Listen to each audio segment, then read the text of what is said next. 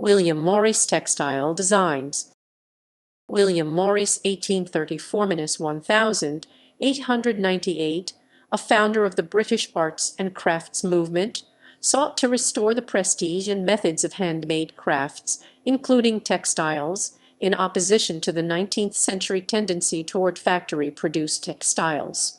With this goal in mind, he created his own workshop, Embroidered Textiles. The first textile designs Morris made were created in the 1860s and were for embroideries, expressing his interest in medieval arts and crafts, particularly the medieval wall hangings that he admired as a child. In a collection of essays by members of the arts and crafts movement published in 1893, he wrote that one of the aims of embroidery should be simply the exhibition of beautiful material. Furthermore, it is not worth doing unless it is either very copious and rich or very delicate or both. His first embroidery designs were primitive, but later, working with his wife, one of his designs in this historical style, stitched by Jane Morris, won the Morris Company an award in an international competition in 1862. Morris and his workshop began making embroideries for the households of his friends as well as larger panels for some of the many new churches being constructed in England.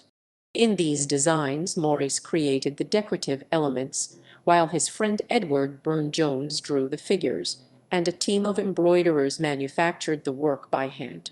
Other wall hangings were designed to be sold off the shelf of the new Morris and Company shop on Oxford Street, which owned in 1877.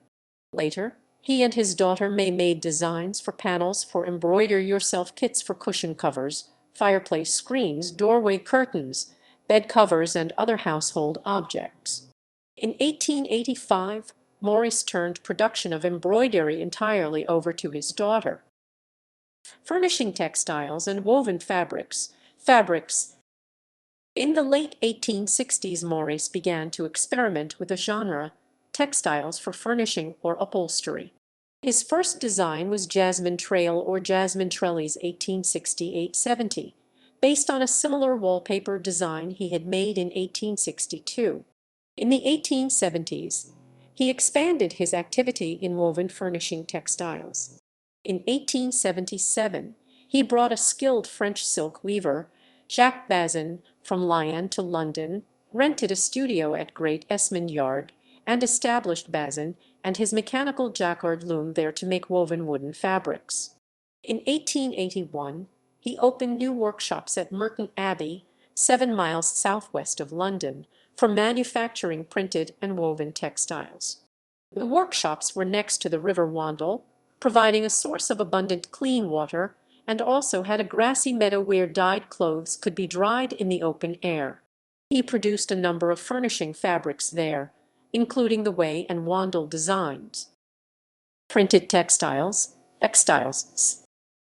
Morris made his first experiments with printed textiles for his company Morris, Marshall, Faulkner and Company beginning in 1868.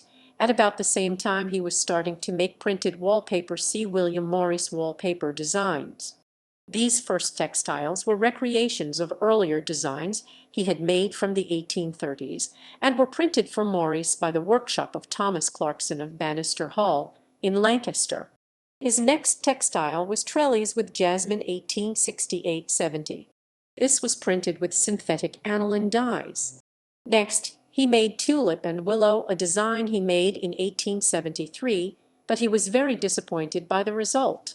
He blamed the problem on the artificial dyes and began doing research into the natural dyes which had been used in the 16th century.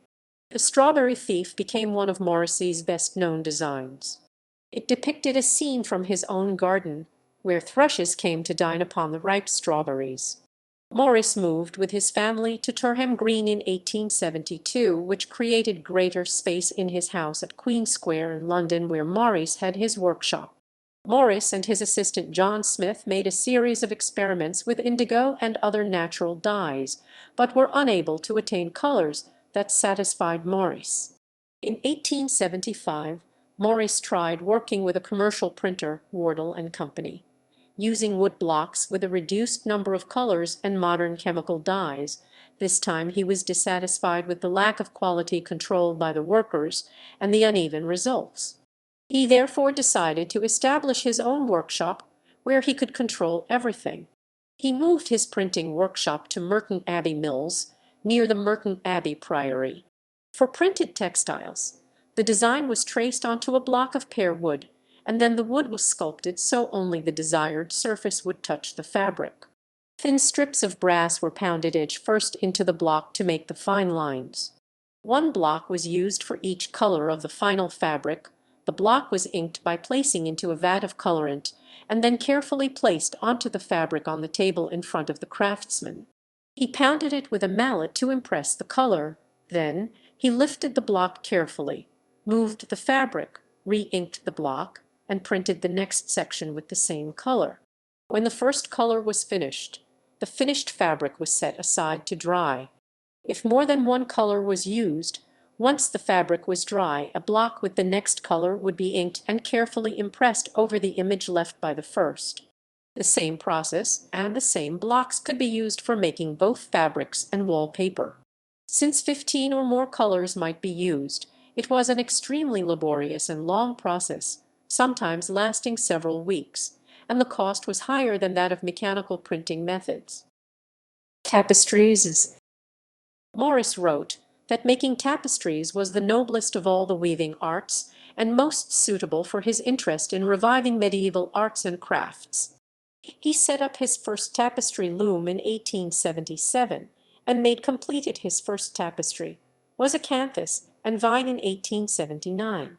He wove the tapestry himself, often getting up at dawn to work on a loom in his bedroom at Kelmscott House. His design was modeled after the large leaf tapestries woven in France and Flanders in the 16th century, and he deliberately gave them a faded appearance to make them look 2 centuries old. He recorded that it took him 516½ hours to complete. Once he had mastered the technique, he created a full-time tapestry workshop at the Morris and Company House on Queen Square. For most of his tapestries, Morris worked with other artists, particularly Edward Burne-Jones, who designed the figures, Philip Webb, who designed birds and animals, and with his primary assistant and successor as chief designer, John Henry Deere. Burne-Jones made a drawing of the figures first, which was transformed into a colored design by Morris or Deere. A photographic image was made of his design with figures, to which Morris or Deere added a floral background, and a border equally filled with designs of trees and flowers. The full-scale image was transferred onto cloth by rubbing with a piece of ivory and then woven on a loom. Large-scale tapestries were made in this way at Merton, mostly by the employment of boys ages 13 and 14, who received shelter, board, and a daily wage.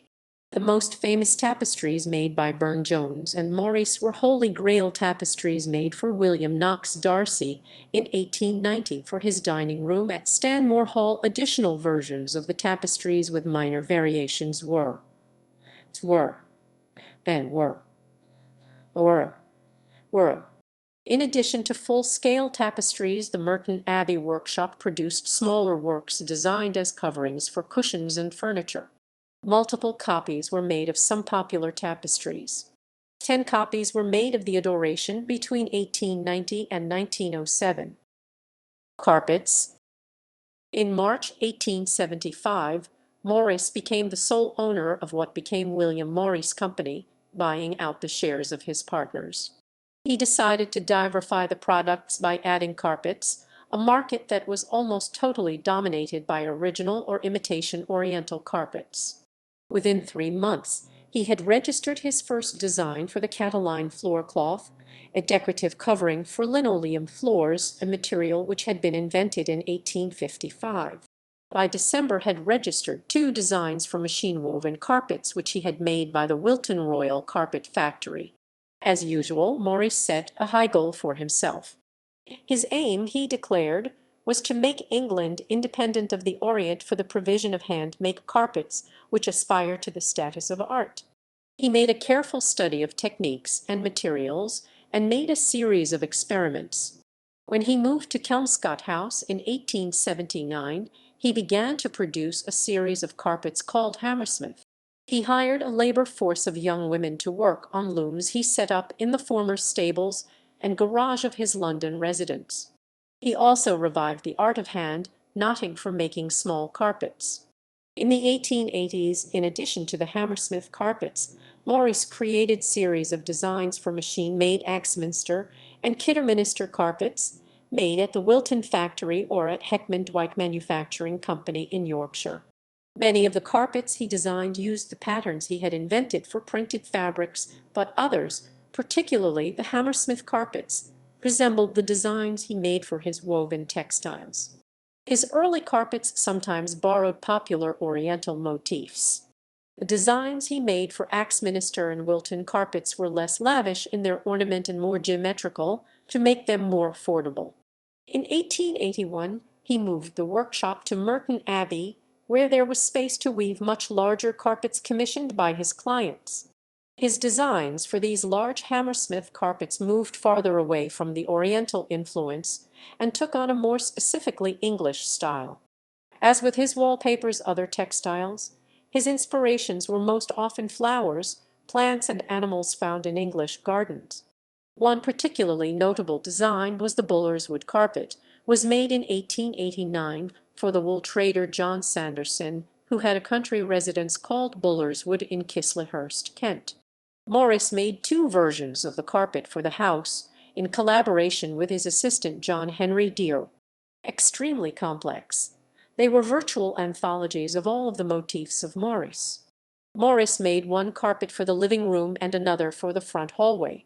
He also strictly supervised the decoration of these rooms so it would be in harmony with the carpet. The William Morris style. Legacy. William Morris died on October 3, 1896, but Morris and Company continued to design and produce textiles he had designed or planned under the supervision of his chief assistant and art director John Henry Dear. Dear managed the company's textile works at Merton Abbey until his own death in 1932.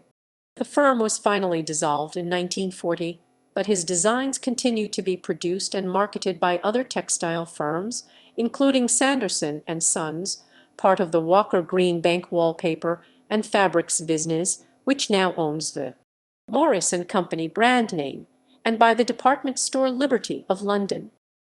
Notes and citations.